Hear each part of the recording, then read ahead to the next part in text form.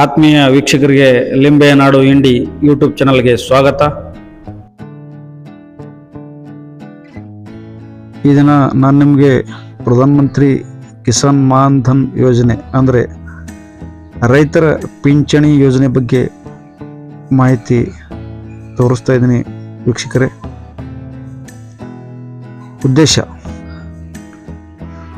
60 ವರ್ಷ ವಯಸ್ಸು ತುಂಬಿದ ನಂತರ ಸಣ್ಣ ಮತ್ತು ಅತಿ ಸಣ್ಣ ರೈತರಿಗೆ ಮಾಸಿಕ ಕನಿಷ್ಠ ರು 3,000 ಪಿಂಚಣಿ ಕೇಂದ್ರ ಸರ್ಕಾರದ ನಮ್ಮ ಮಾನ್ಯ ಪ್ರಧಾನಮಂತ್ರಿಗಳಂತ ನರೇಂದ್ರ ಮೋದಿ ಅವರು ಜಾರಿಗೆ ತಂದಿರುತ್ತಾರೆ.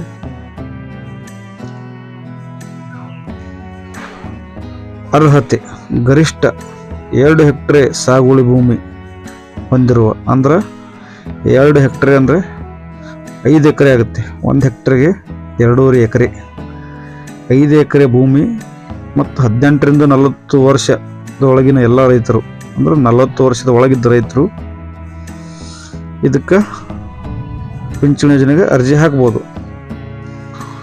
ವಯಸ್ಸಿನ ಆಧಾರದ ಮೇಲೆ ಮಾಸಿಕ ರು 55ರಿಂದ 200 ರೂವರೆಗೆ ಮಾಸಿಕ ವಂತಿಕೆ. ಅಂದರೆ ನೀವು ವಯಸ್ಸಿನ ಮೇಲೆ, ನಿಮ್ಮ ವಯಸ್ಸಿನ ಆಧಾರದ ಮೇಲೆ ಅಂದರೆ 18ರಿಂದ 40 ವರ್ಷದ ತನಕ ಎಷ್ಟು ಕೊಡ್ತದೆ ಒಬ್ರಿಗೆ ನೋಡಿ, 55 ರೂಪಾಯಿಂದ 200 ರೂಪಾಯಿ ಒಳಗೆ ನಿಮಗೆ ಪ್ರತಿ ತಿಂಗಳ ಕಂತು ಕಟ್ಟುವಂಗೆ ಪಿಂಚಣಿ ಯೋಜನೆ ಮಾಡಿಕೊಡ್ತಾರೆ.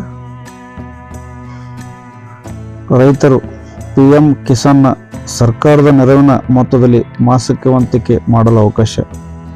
ಅಂದ್ರೆ ನೀವು ಆಲ್ರೆಡಿ ರೈತರಾಗಿ PM ಕಿಸಾನ್ ಯೋಜನೆಯ ನಿಮ್ಗೆ ಪರಿಹಾರ ಧನ ಬರ್ತಾ ಇದ್ರೆ, ಅಂದರೆ ಪ್ರತಿ 4 ತಿಂಗಳಿಗೆ 2,000, 1 ವರ್ಷಕ್ಕೆ 6,000 ಸೆಂಟ್ರಲ್ ಗೌರ್ಮೆಂಟ್, 4,000 ರಾಜ್ಯ ಸರ್ಕಾರ, ಇದೇನು ಬರ್ತಿರ್ತದಲ್ಲ ಪರಿಹಾರ ಧನ, ಆ ಹಣದಲ್ಲೂ ಕೂಡ ನೀವು ರೈತರು ಪ್ರತಿ ತಿಂಗಳ ಪಿಂಚಣಿ ವಂತಿಕೆಗೆ ನೀವು ಸಂದಾಯ ಮಾಡ್ಬೋದು. ತಮ್ಮ ವೈಯಕ್ತಿಕ ಉಳಿತಾಯ ಖಾತೆಯಿಂದ ವಂತಿಕೆ ಕಟಾವಣೆ ಮಾಡಿಸ್ಬೋದು. ಇಲ್ಲಾಂದರೆ ನೀವು ವೈಯಕ್ತಿಕವಾದ, ಅಂದರೆ ನೀವು ಬ್ಯಾಂಕ್ ಖಾತೆ ಇದ್ರೆ ಅದರಿಂದ ಕೂಡ ನೀವು ಪ್ರತಿ ತಿಂಗಳು ಮಾಸಿಕ ವಂತಿಕೆ ಕಟ್ ಮಾಡಿಸ್ಬೋದು. ಅಂದರೆ ಪ್ರತಿ ತಿಂಗಳು ಕಂತು ನೀವು ನಿಮ್ಮ ಬ್ಯಾಂಕ್ ಅಕೌಂಟಿಂದನೇ ಕಟ್ ಮಾಡಿಸ್ಬೋದು. ನಿಮ್ಮ ಆಧಾರ್ ಕಾರ್ಡ್ ಲಿಂಕ್ ಇರುವ ಬ್ಯಾಂಕ್ ಖಾತೆ ಅವರಿಗೆ ಕೊಟ್ಟರೆ ಅವ್ರು ಲಿಂಕ್ ಮಾಡಿಕೊಂಡು ನಿಮ್ಮದು ಪ್ರತಿ ತಿಂಗಳ ಮಾಸಿಕ ಪಿಂಚಣಿ ಯೋಜನೆಯ ಹಣ ಕಟ್ ಮಾಡ್ಕೋತಾರೆ. ರೈತರು ಪಾವತಿಸುವ ವಂತಿಕೆ ಮೊತ್ತಕ್ಕೆ ಸಮಾನ ಮೊತ್ತವನ್ನು ಕೇಂದ್ರ ಸರ್ಕಾರವು ಪಿಂಚಣಿ ನಿಧಿಗೆ ಪಾವತಿಸುತ್ತದೆ. ಅಂದರೆ ನೀವು 18 ವರ್ಷದಿಂದ 40 ವರ್ಷದ ಒಳಗಿನ ರೈತರು 55 ರೂಪಾಯಿಂದ 200 ರೂಪಾಯಿವರೆಗೂ ಏನು ಸಂದಾಯ ಮಾಡ್ತೀರಿ ಅಷ್ಟು ಹಣ ಸರ್ಕಾರ ನೀವು ಹಾಕಿರೋ ಮೊತ್ತಕ್ಕೆ ಸಮಾನ ಮೊತ್ತ ಅವರು ಹಾಕಿ ಆ ಪಿಂಚಣಿ ನಿಧಿಗೆ ಪಾವತಿ ಮಾಡುತ್ತೆ. ಮತ್ತು ಪಿಂಚಣಿ ಯೋಜನೆಯಡಿ ನಾಮ ನಿರ್ದೇಶನಕ್ಕೆ ಅವಕಾಶವಿರುತ್ತೆ. ನೋಂದಣಿ ಅವಶ್ಯವಿರುವ ವಿವರಗಳು: ಆಧಾರ್ ಕಾರ್ಡ್ ಸಂಖ್ಯೆ, ಬ್ಯಾಂಕ್ ಖಾತೆ ವಿವರ, ಪತ್ನಿ ವಿವರ ಜನ್ಮ ದಿನಾಂಕದೊಂದಿಗೆ, ಮತ್ತು ನೋಂದಣಿ ಕೇಂದ್ರ ಎಲ್ಲ ನಾಗರಿಕ ಸೇವಾ ಕೇಂದ್ರಗಳು.